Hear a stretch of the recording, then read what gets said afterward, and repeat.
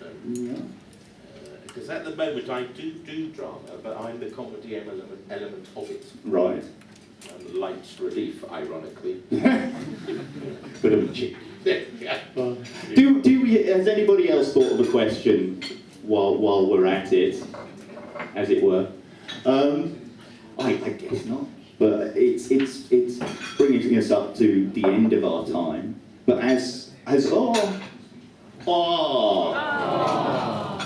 Don't break your hearts.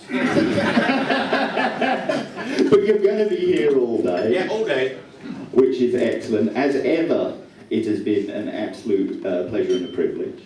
So please give a massive round of applause once more for Simon Fisher-Becker.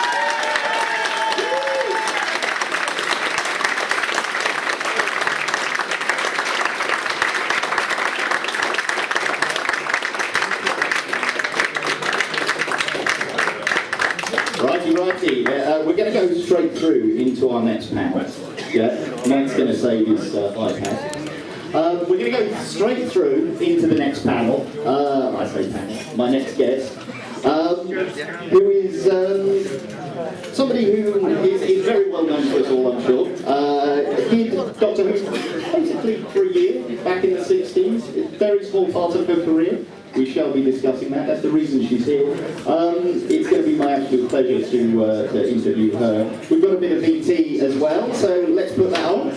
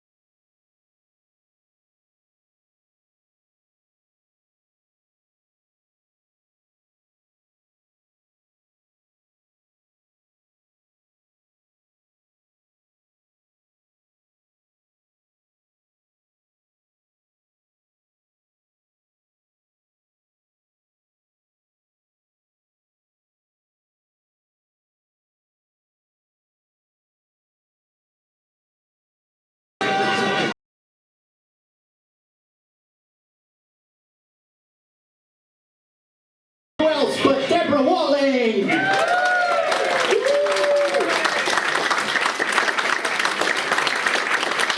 Hello,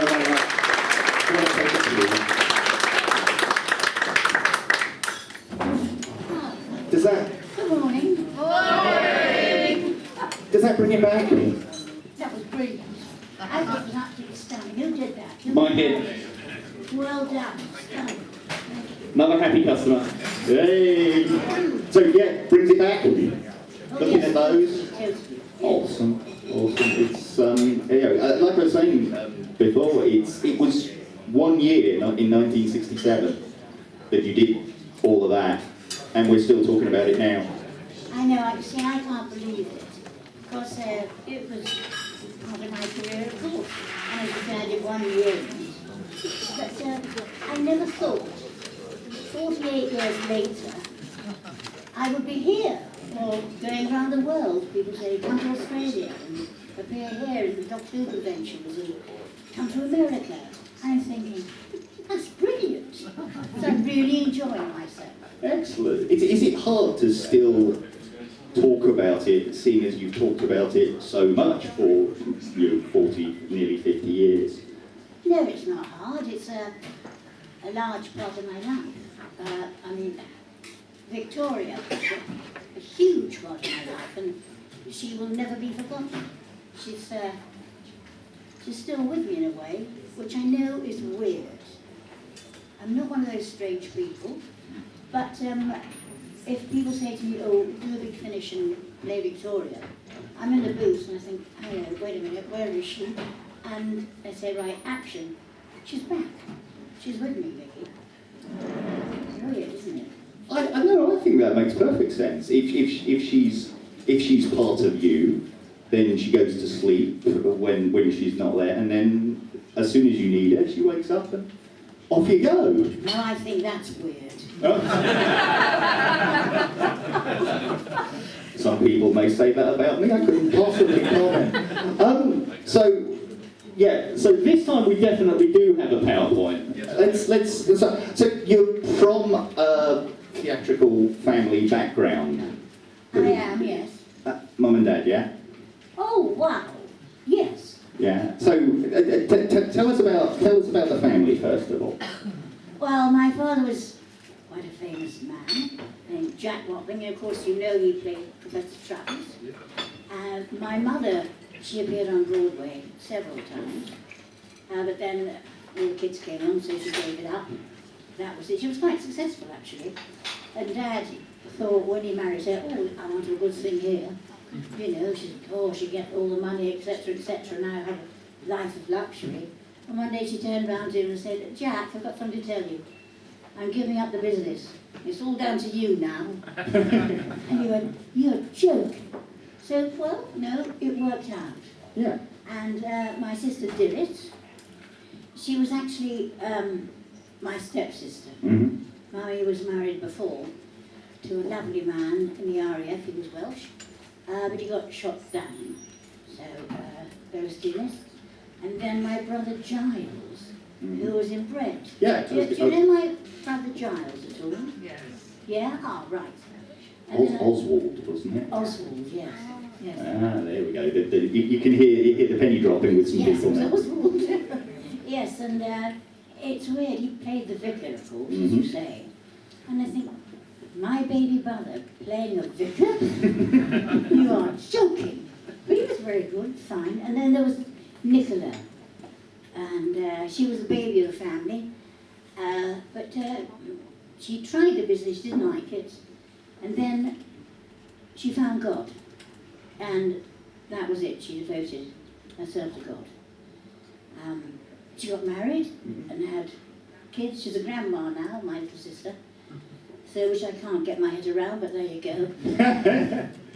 Well, no, that's lovely. And so, was it kind of your destiny that you would always go into the business, given the family background? Well, Or? I didn't know anything else.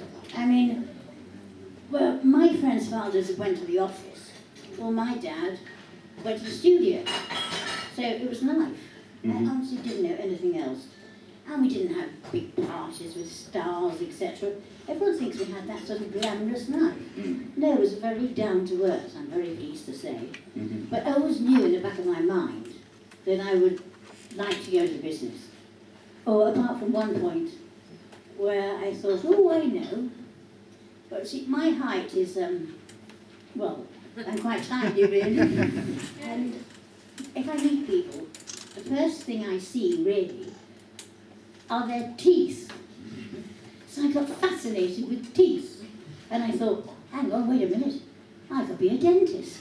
And then I thought, oh no, all those exams, I think I'm going to stick to acting. And that was it.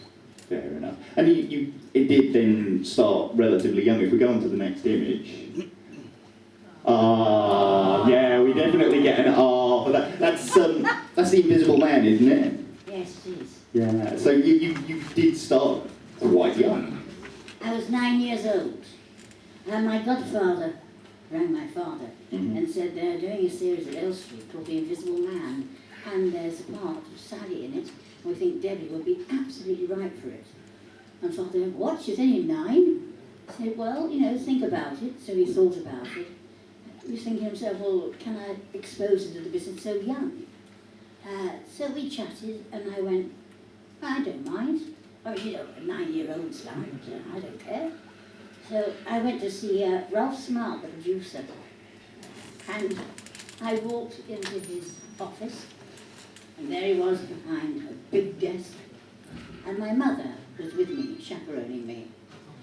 And we sat down and Ralph said, "Hello, how are you?" I went, "Fine." He went, "Would you like to be on television?"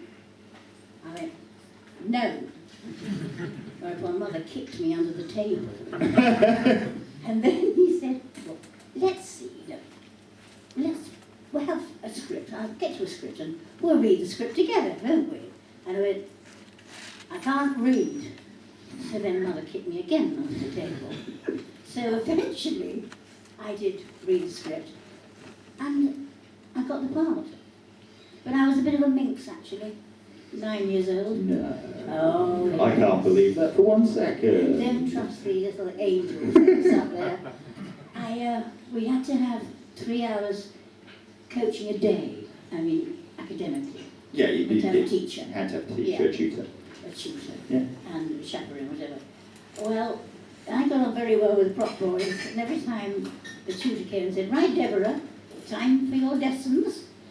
I thought, right, we're time at this time. They used to hide me behind the scenery and in prop boxes and all that. And the poor tutors, well, they went mad. 2 of them left with nervous breakdown. And one just said, "I can't take it anymore," and walked out. So I thought, well, that's all right. That tactic worked. Thank you, boys. You know, it was great. Yeah. Great fun. And I think I did about a year in that one. And was there sort of regular or semi-regular work after that, or just fits and starts? No, I did a series called Life of Bliss, and it was live TV, and it was with George Cole Oh, playing yeah. my uncle. There was a lovely lady there, and she played my aunt. I can mention her name because she's passed away now, as Isabel Dean. And at one point, we were counting down to go live, and she just went, "I can't do it."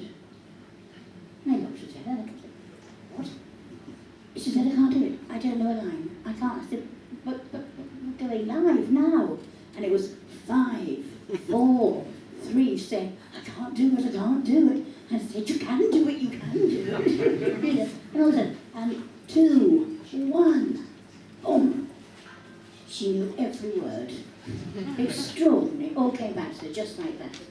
But the state that she was in, I couldn't understand it. Did that ever happen to you at any point? You just completely dried in on stage, for example? Every actor dries, but you know a way of getting out of it. Mm-hmm. Or the actor playing opposite you gets you out of it. Mm-hmm. So, no, but it didn't really worry me at all. No, you could make things up, which is great. Now, one of the notable things about your early pre-Who career, which we're going to put up there now, is you were a Radio Times cover star. I was. That's a big deal. That's a big deal today, but it was just as big a deal back then, wasn't it? Yeah, it was actually. Yeah. But I had no idea. I played Alice, of course. Alice did that. Opposite George Baker, who played Dodson. Luke Carroll, I should say. And it's extraordinary because I went up to see the producer, whatever. Forgot his name totally now, all those years ago. And we chatted, and that was very nice. And by the time I got home, the phone rang, and Mother said, "It's for you," and they gave me the part. I thought that was really weird. But, hello, coffee?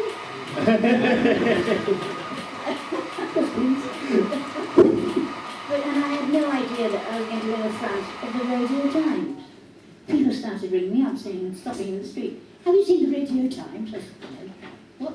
And they said, "You're on it." I said, "No, you mean in it?" I said, "No, you're on the front of it." And I went, "Wow." And I thought, "This is really good.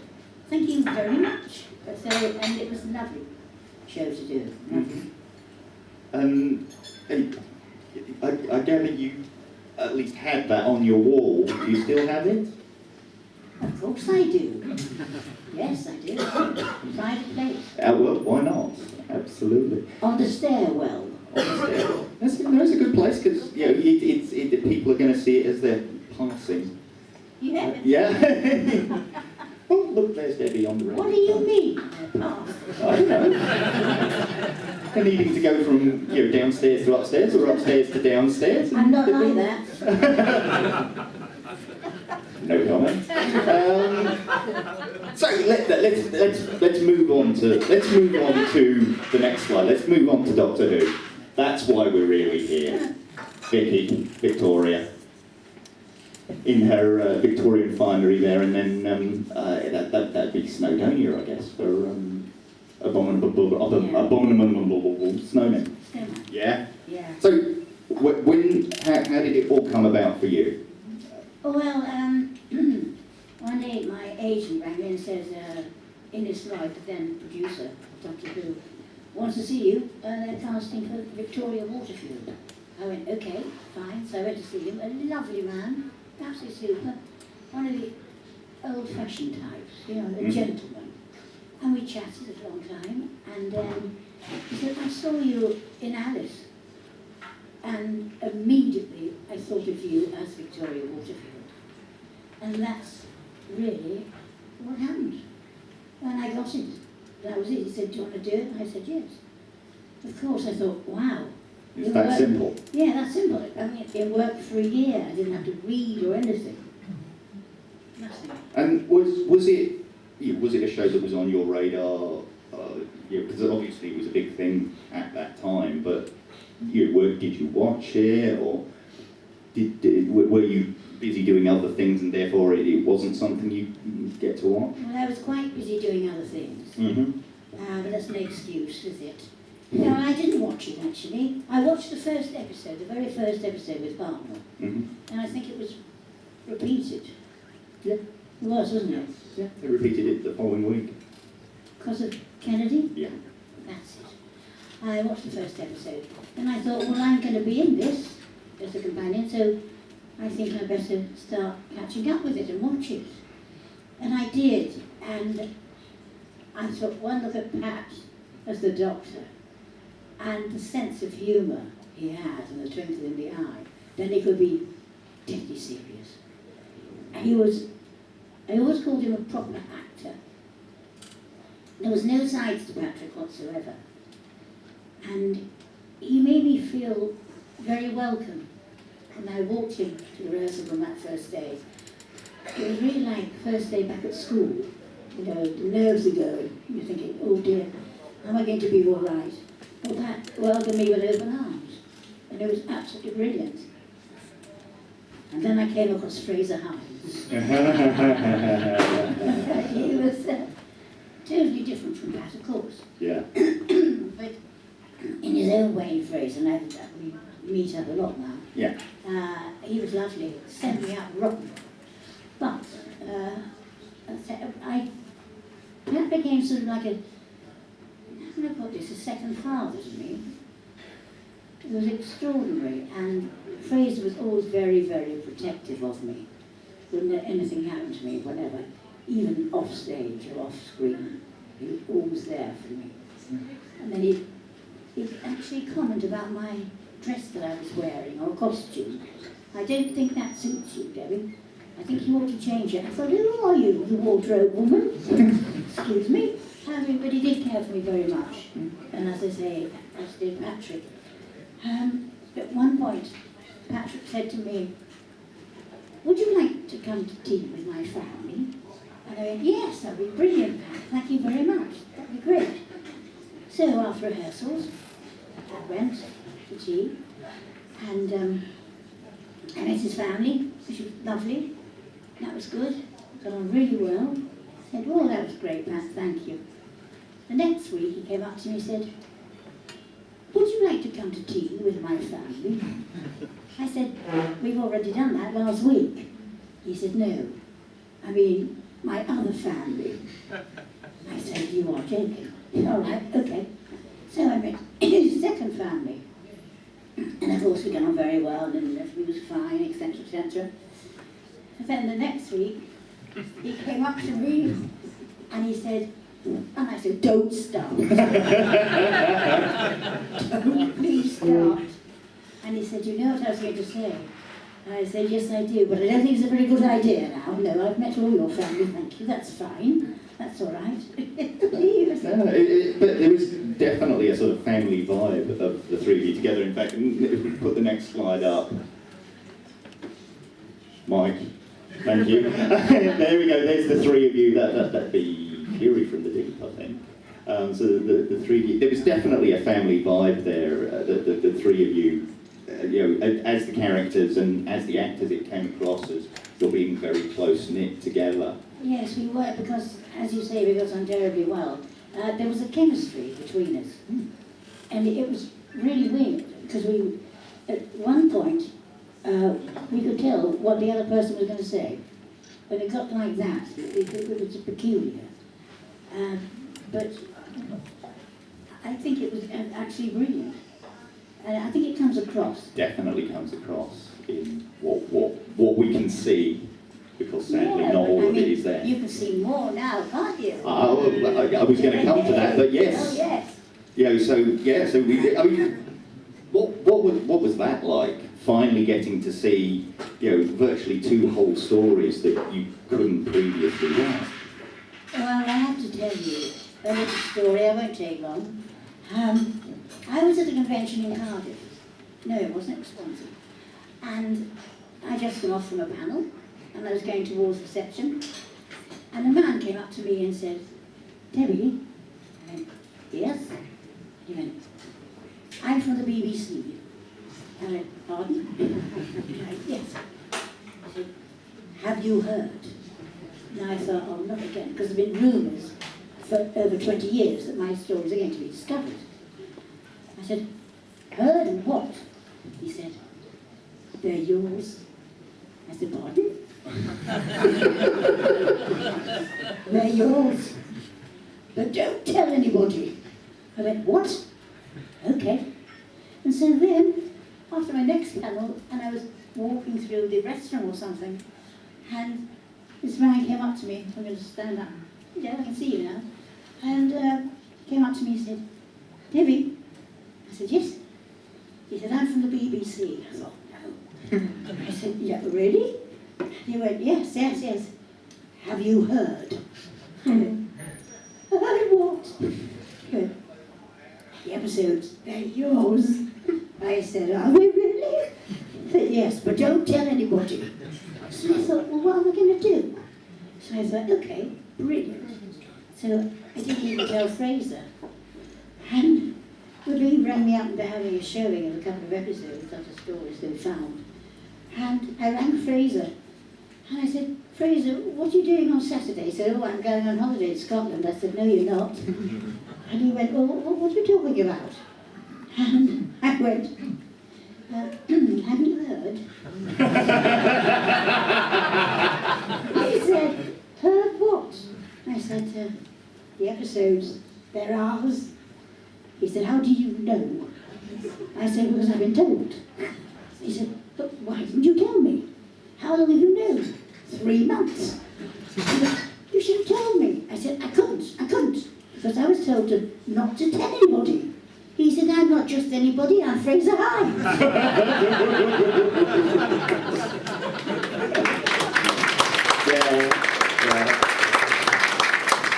There's still a lot you can say to that, really, is there? I'm Fraser Hines.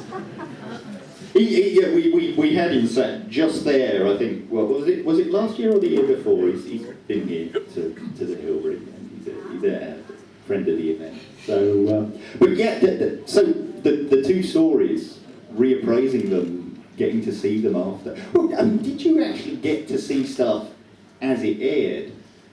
Because you'd have been filming stuff a couple of weeks ahead of it airing, but wouldn't you have been busy shooting another episode when they went out? Yeah, so you didn't really get to see them when they went out? No, not really. So this is the first. Sometimes you did, but other times no, not at all.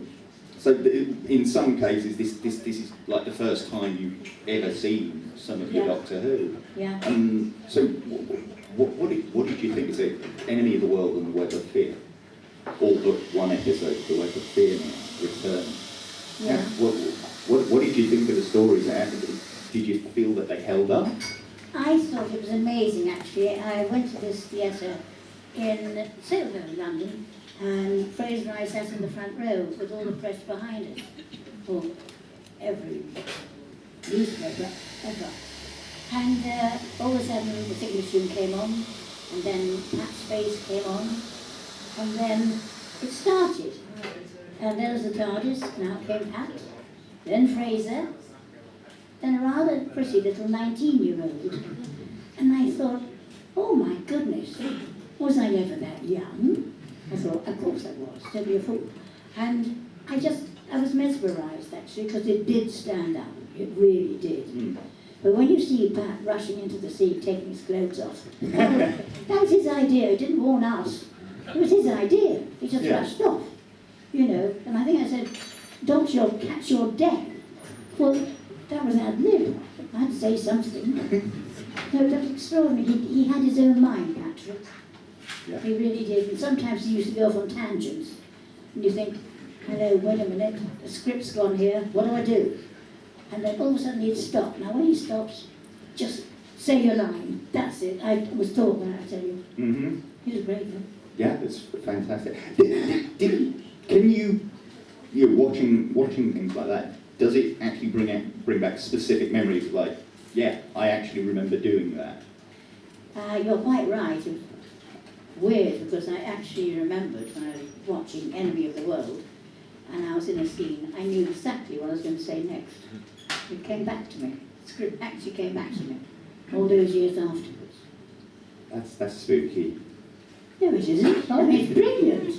Yeah, it's brilliant. It's spooky and it's brilliant and it's awesome. I think we're all agreed. There's a couple of great stories there, and it's just fantastic to be able to see them finally on great. nice shiny discs in our home. It's all very sci-fi now. Being able to watch this stuff at home or on handheld devices and what have you. We are living in that future now, aren't we?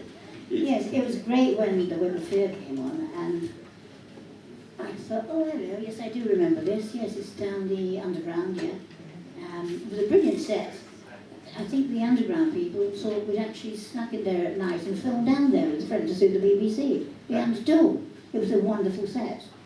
And all of a sudden this man walked on. I went to Fraser. Fraser? He said, what? I said, it's Father. He went, I know you fool. It's just, it's Daddy. And it stood up really well. I think that was that the favourite one that was found, or would it be Enemy? Anyone got any opinions on that? Okay, let's take a show of hands. Out of the two, Enemy or Web. So if Enemy's your favourite, stick your hand up now. Wow. Okay, hands down. And if Web is your favourite, stick your hands up. And I reckon that's about 50-50. Actually, I think Webb beat it. Everybody has different tastes. Because Enemy's quite sort of semi-Bondian, James Bondian in his style, and Web of Fear is a slightly more traditional base under siege Doctor Who story. So they're different things, but that's the beauty of Doctor Who, that it can do so many different things. So it doesn't matter whether you don't particularly like the particular story this week. Don't worry, there's a new one coming along in another 7 days, so don't worry about it. I have a quick story about Web of Fear. Mm-hmm. I wasn't actually in this scene. I was behind the camera watching. And Patrick, Fraser and Father were going down the line in the underground searching for Victoria. She'd been dragged off yet again by another monster. Here we go. So I was thinking, oh, this will be fun. I'm not in this scene. Great. And it went like this. Pat was here, and he said, now don't worry, Jamie, we'll find Victoria. You don't have to worry. And Jamie goes something like, but we must find her, we must find her. And Father's at the back grunting a lot. Anyway, the director said, right, okay. We'll do a take, yes. Oh, wait a minute. All of a sudden, Patrick stops and looks down.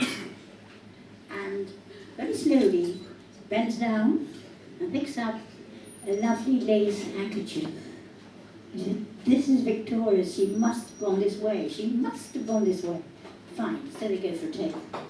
So there's Patrick, fine, wonderful. Don't worry Jamie, we'll find a doctor, we must find her. And there's Father grunting a lot again. And all of a sudden Patrick stops, and very slowly bends down.